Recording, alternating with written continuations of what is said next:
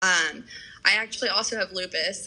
No. It's an autoimmune disease, and people with Ehlers-Danlos syndrome also have tons of autoimmune diseases. So, with that being said, one of the medicines that is used to treat coronavirus right now, hydrochloroquine, I actually take that every single day, twice a day. So I just went to Walgreens last week to pick it up, and I was very nervous that they weren't going to have it because I thought they'd be holding off.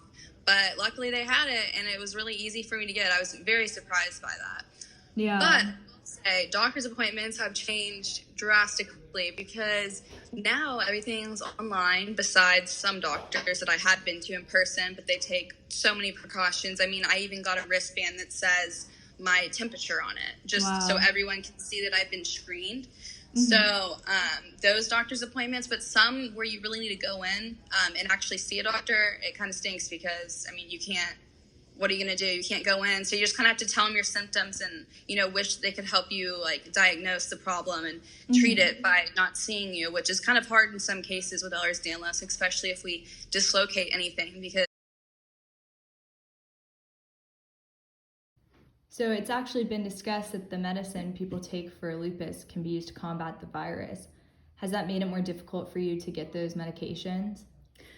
I haven't had any difficulty, but that was because I got my prescription refilled for about 6 months.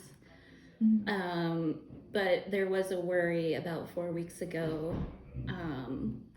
within our area of a shortage, but thankfully that's kind of passed. But I do know that some people have had issues with that, and I'm a part of an online community for people with lupus, and they're either, the pharmacy doesn't have it because they're out of stock, or the insurance companies are limiting the amount they can get because they want to try and conserve it for the people who have coronavirus, which wouldn't be too big of an issue. But when you stop taking things like that with lupus, Crohn's, anything that is used to help, it can actually make your illness worse and come back with a vengeance. So the issue with that is there could be a lot of people who end up dying from lack of having the medication.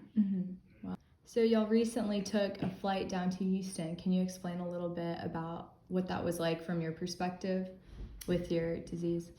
Yeah, so basically from the instant we left our house till we got to where we were going, we wore face masks, hand sanitized at every station we could find, washed our hands constantly.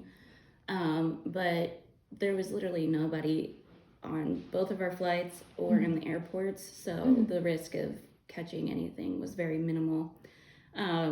Plus, from what we saw, there was people constantly cleaning at the airport and on the airplanes, so the worry about catching anything, in my opinion, was very minimal, but it's still good to take precautions and make sure that we're not carrying it with us. So